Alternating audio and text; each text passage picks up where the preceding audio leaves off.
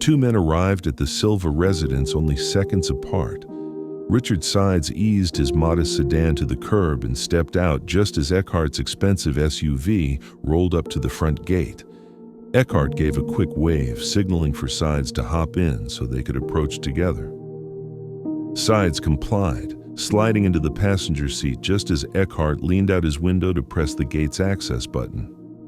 A dull chime sounded, followed by several rings through the gate's outdated speaker. After 5 unanswered rings, the line clicked off. Eckhart tried again, another 5 rings, another click. He shook his head in disbelief and reached for his phone. Sides watched as Eckhart scrolled through his contacts. The screen came to life, and Eckhart lifted it to his ear. "Hello?" His voice came out in a slightly jumbled rush. On the other end, someone spoke, but Sides couldn't make out the words. "Yes, ma'am, we're here. Oh, I see." More muffled noises. Then the gate groaned and began to swing inward. "Yes, ma'am, it's opening now. We'll be right up." "Is something wrong with the gate?" Sides asked. "Nah," Eckhart replied. "It's an older model. They can't open it from their phones anymore. She just wants me to pull up to the front door, then they'll let us in." Sides nodded, watching as the tall hedges gave way to the inner garden. Eckhart guided the car along a winding path until they drew up beside the home's front entrance. Sides blinked in surprise. For a family of the Silvas' standing, the house was unexpectedly modest. The neighborhood was known for its local elite, high-priced attorneys, business owners, maybe a specialized surgeon or two. From the street, the property's exterior was grander than most he'd seen, yet somehow it felt too small to match the family's reputation. The contradiction unsettled him.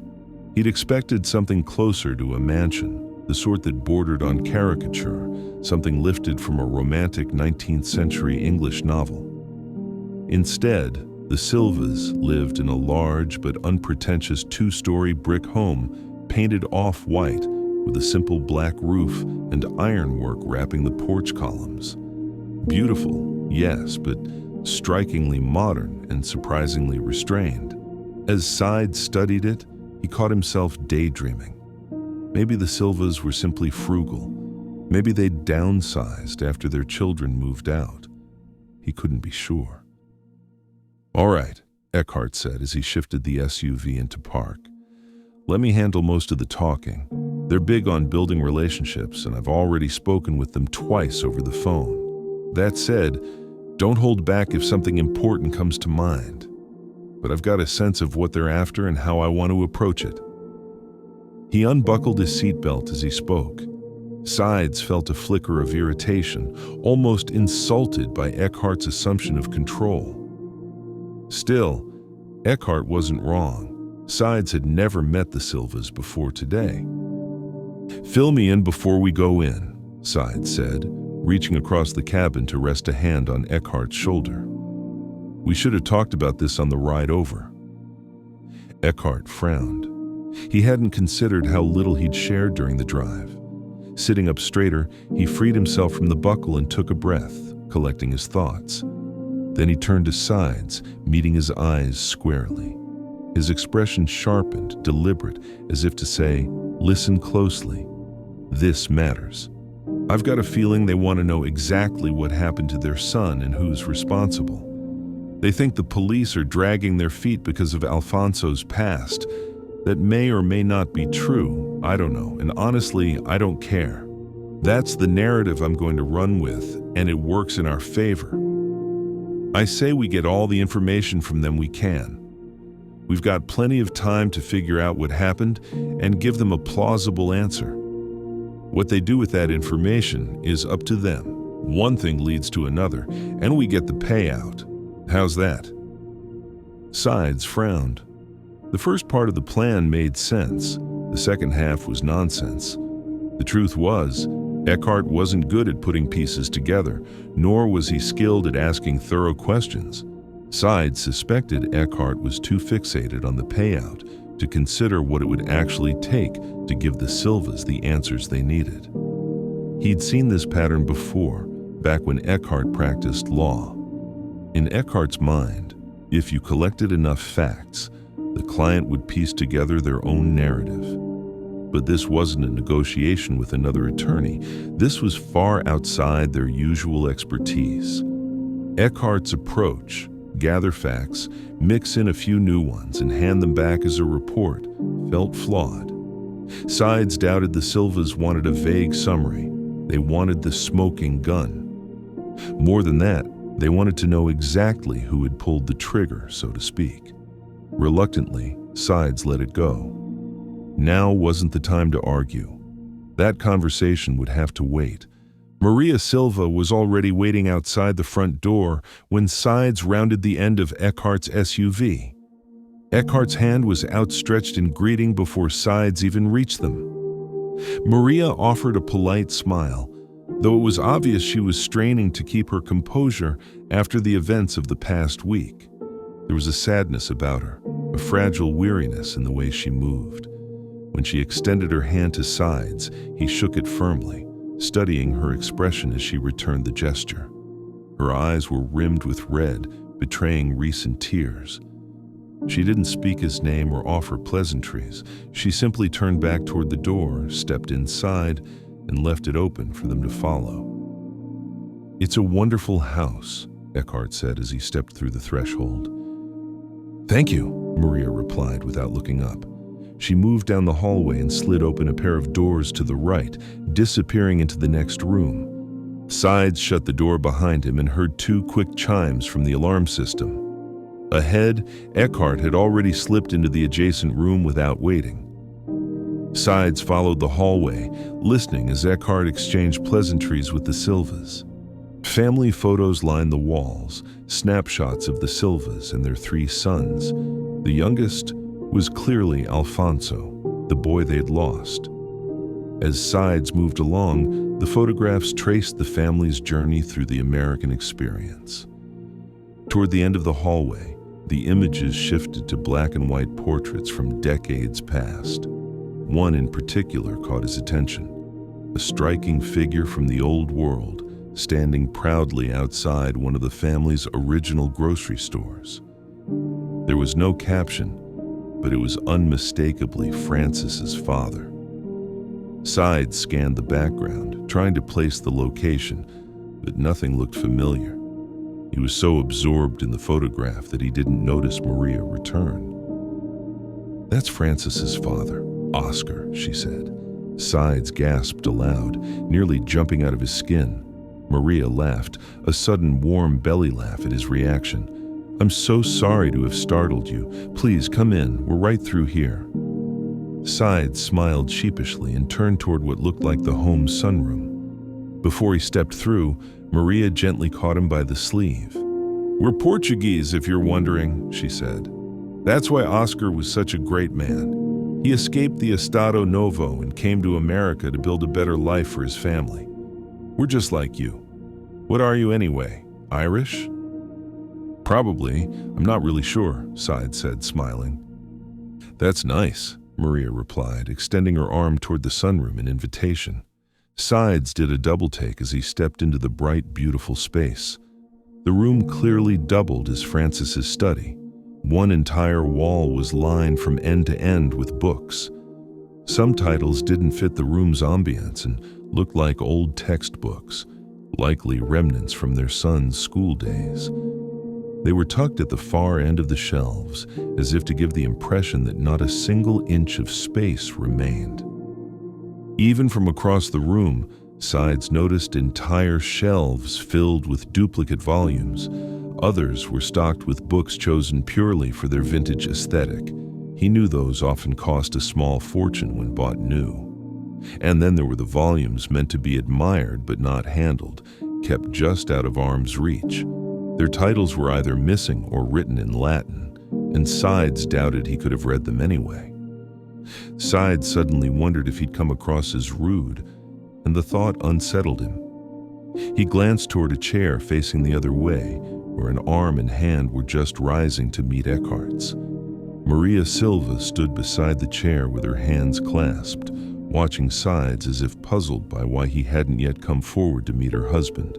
Snapping out of his reverie with the books along the great wall, Sides collected himself and strode briskly across the room. Without thinking, he instinctively approached Francis Silva's right side and came to a kind of formal attention, one of those ingrained habits he'd never taken the time to examine. Francis Silva's presence alone radiated refinement. He had the striking bearing of an older world. Though somewhere in his late 60s, his face was elegant and serious, with surprisingly few wrinkles. His deep brown eyes seemed to hold entire histories, stories of people and places long gone, spanning the full spectrum of human triumph and sorrow. Despite his family's wealth, Francis wore a simple button-down shirt and brown slacks, a black leather belt matching his shoes. His white hair was combed straight back, framing an olive complexion that was almost flawless. When his thick hand rose to meet Sides, his grip was strong, unmistakably the handshake of a man from an honor culture that had all but vanished. Everything about Francis Silva commanded respect. His appearance, his polite yet reserved manner, his humble choice of clothing. Even in that moment, Sides felt himself standing a little straighter. The experience of meeting Francis was almost overwhelming, even for Sides, who found himself captivated by the presence of this rare, almost mythic figure. Without realizing it, he began to drift backward until the back of his leg struck an adjacent chair. He twisted slightly, gauged the distance, and then lowered himself into the seat. Francis drew a long breath and looked off into the distance, one hand resting over his mouth as he gazed out the window. He didn't seem aloof. He was simply searching for a momentary distraction from the gravity of the moment. Eckhart took a seat on a small couch facing the same window Francis studied.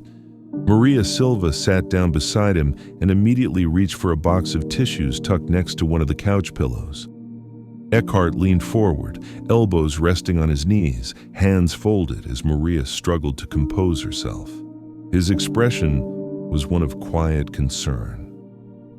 He glanced over at Sides, who was also sitting in still, patient silence. Francis remained turned toward the window, as if searching for answers in the shifting light. Eckhart leaned forward a little farther, drew in a deep breath, and rested his chin on his clasped hands. "I'm so sorry," Maria said between sobs. "It's fine," Eckhart replied, casting another quick glance toward Sides. "It's just..." Maria's voice faltered as she dabbed at her eyes with a folded tissue. "It's just that we miss our boy so much." Sides and Eckhart watched as Maria buried her face in her palms and wept. She sniffled, then gradually composed herself, wiping her eyes again. A heavy silence settled over the room. Both men seemed unsure how to respond. They exchanged a few hesitant glances, each waiting for the other to speak. At last, Eckhart leaned forward slightly. "What can you tell us about what happened to Alfonso?" "Alfonso wasn't living with us," Maria said, folding a piece of tissue in her hand. "He hasn't lived here in a few years. He went to college at the usual age and didn't do well. We tried getting him on academic probation, but he flunked out again. We even considered the military for a while before Alfonso suggested taking a year off in California. We paid for everything. For a short while, things seemed like they might improve. But somewhere in California, Alfonso fell in with the wrong crowd and started using drugs." Maria trailed off, dabbing at her eyes with the folded tissue. As she composed herself, Eckhart shot a quick glance at Sides. When Sides heard that Alfonso had a history with drugs, he frowned, disappointment flashing across his face. Yet his expression also held no surprise, almost as if he'd expected the story to take this turn before hearing a word of it. Not wanting to appear rude, Eckhart turned his attention back to Maria and waited for her to continue. "We paid for rehab one too many times," Maria said. "Alfonso would always come out looking refreshed and healthy. Looking back, I think it was a kind of codependency. He was our little boy, but he was also our little project.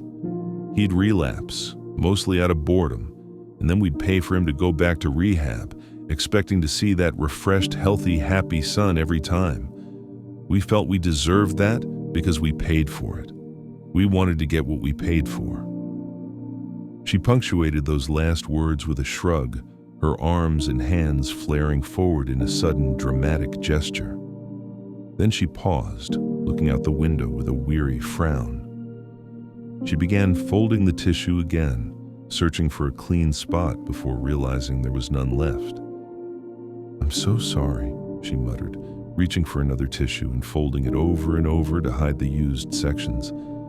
"Tell us about what happened most recently with Alfonso," Eckhart asked. "Alfonso came to us a year ago and told us he no longer wanted to be a Catholic," Maria said, folding her tissue again. "He said he'd found a new religion, and that was that. It broke my heart, but what was I to do? There wasn't anything his father or I could say. He told us it was a religion from the East, that it involved daily meditation and public service. And to our surprise, he stayed sober. We thought whatever they were offering him was working. He also started wearing strange clothing, some kind of suit, but nothing like what business people wear here. It was foreign." "Suit?" Eckhart asked. "Yes," Maria said. "A suit that men in his religion wore." "What did it look like?" Eckhart asked, genuine curiosity in his voice. Maria paused, searching her memory, then turned toward her husband for help. Francis shifted suddenly, looking at Sides and Eckhart for the first time since the conversation had begun. He adjusted himself in his chair, drew in a deep breath, and seemed to search for the right words. "The top part was longer than a normal blazer you'd see here," Francis said. "It was basically a coat, but it went down much farther, well past where a belt would be, all the way to the knees. There were buttons straight down the middle, from the neck to the waist, and they were always fastened. The coat was white, and so were the pants. Even his shoes matched. I never understood why he insisted on wearing that thing all the time. He wore that damn coat even in the summer." Having said his piece, Francis readjusted himself, turning back toward the window. Sides caught the movement and smirked to himself. He could tell Francis had more to say, but was holding back in present company. "He wore that suit constantly," Maria added softly. "It didn't matter how hot or cold it was outside. He said it had something to do with uniformity and discipline." "It had nothing to do with any of that," Francis snapped, spinning so abruptly in his chair that it nearly tipped over. He faced Maria and Eckhart squarely, his voice rising. "Now, you listen to me. It had nothing to do with uniformity. It was a cult. It had everything to do with brainwashing." By the end, Francis was nearly shouting. Sides watched as the older man jabbed a finger toward Eckhart, then sliced the air with it as if punctuating an ending. Eckhart lifted both hands in a calming gesture, trying to ease the tension. Maria shot to her feet and pointed down at her husband. "You don't have any proof of their involvement!" Maria shouted. Before she could finish, Francis lurched forward in his chair, pointing directly at her. He was trembling as he erupted into a torrent of words. Portuguese, Sides assumed, too quick and forceful for him to register. Maria fired back with her own sharp replies, also in Portuguese. The exchange was beyond heated. Perhaps they blamed each other for their son's death. Whatever the argument, its details were lost on the two guests.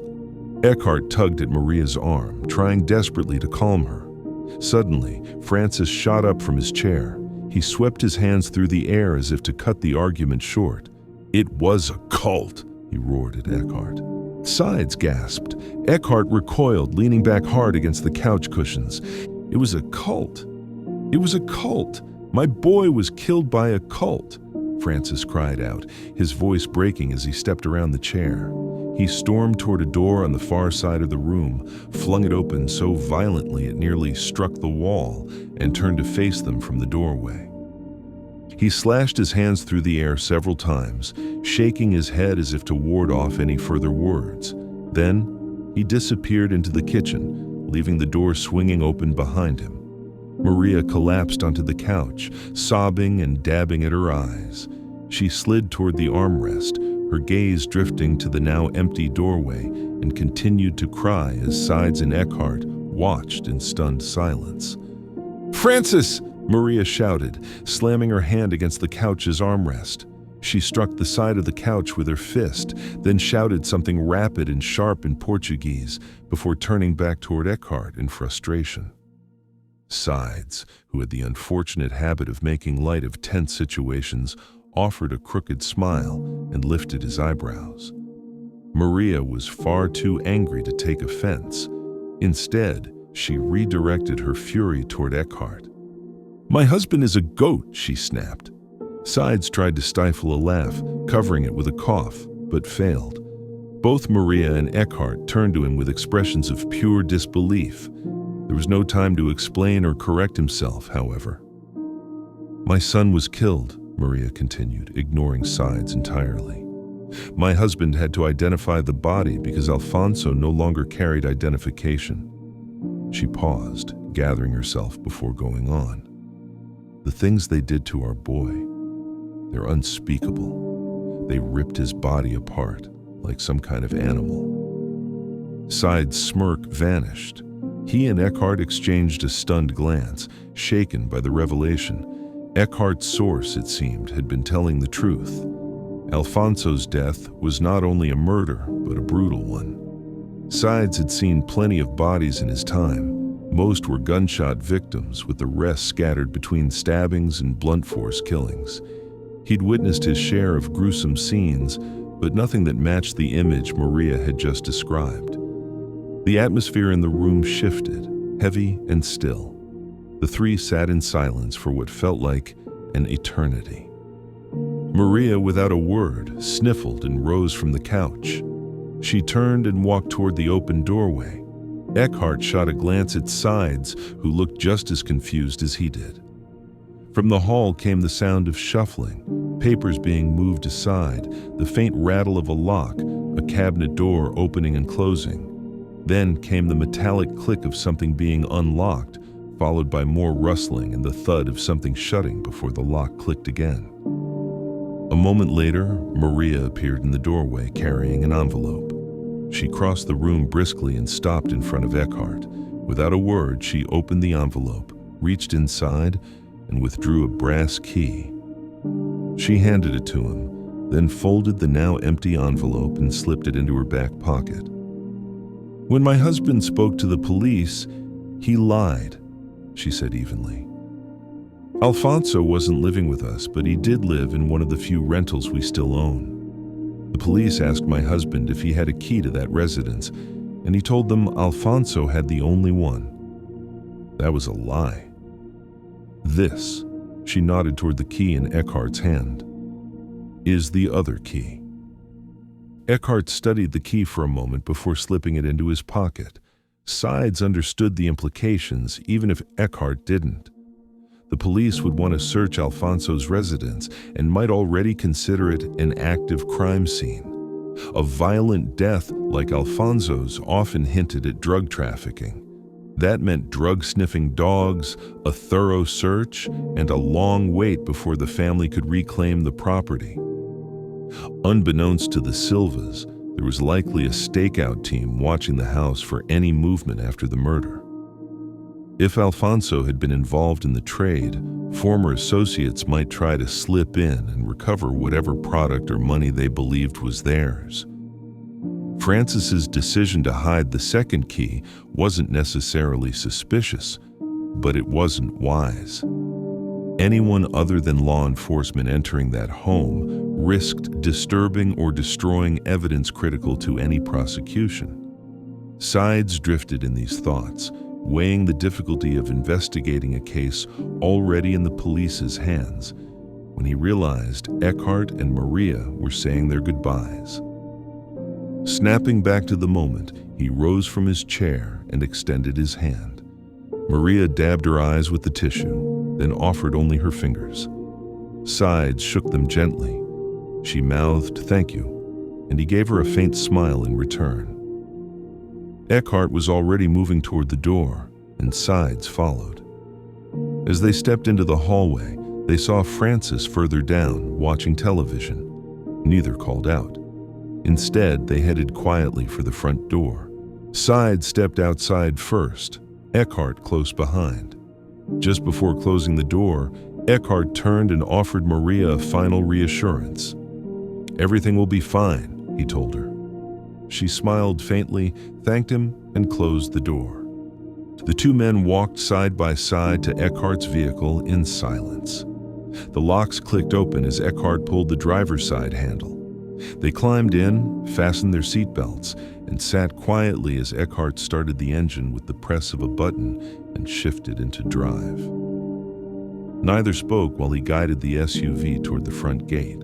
They waited as the gate eased open, then rolled out onto the cul-de-sac where Sides' car stood waiting.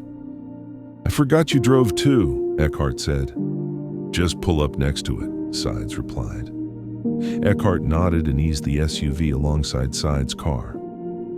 "So," Eckhart said as he shifted into park, "what do you think?"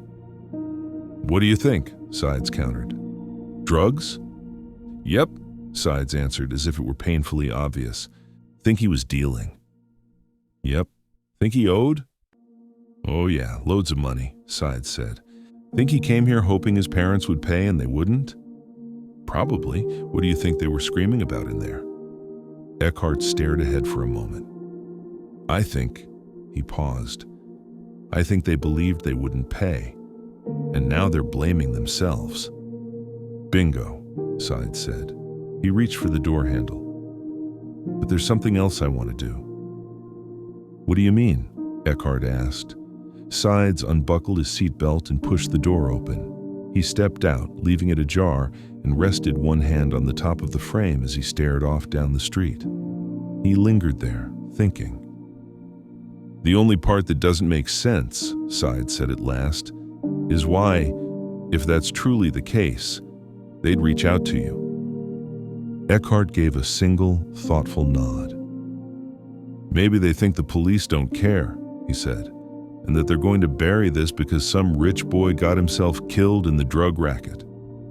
"Right," Sides replied, "but we don't know for sure that he was dealing, or, more importantly, what he was dealing." He glanced back at Eckhart. "Listen, before we start breaking and entering into what might be an active, surveilled crime scene, let's track down some of Alfonso's old running partners and talk to them."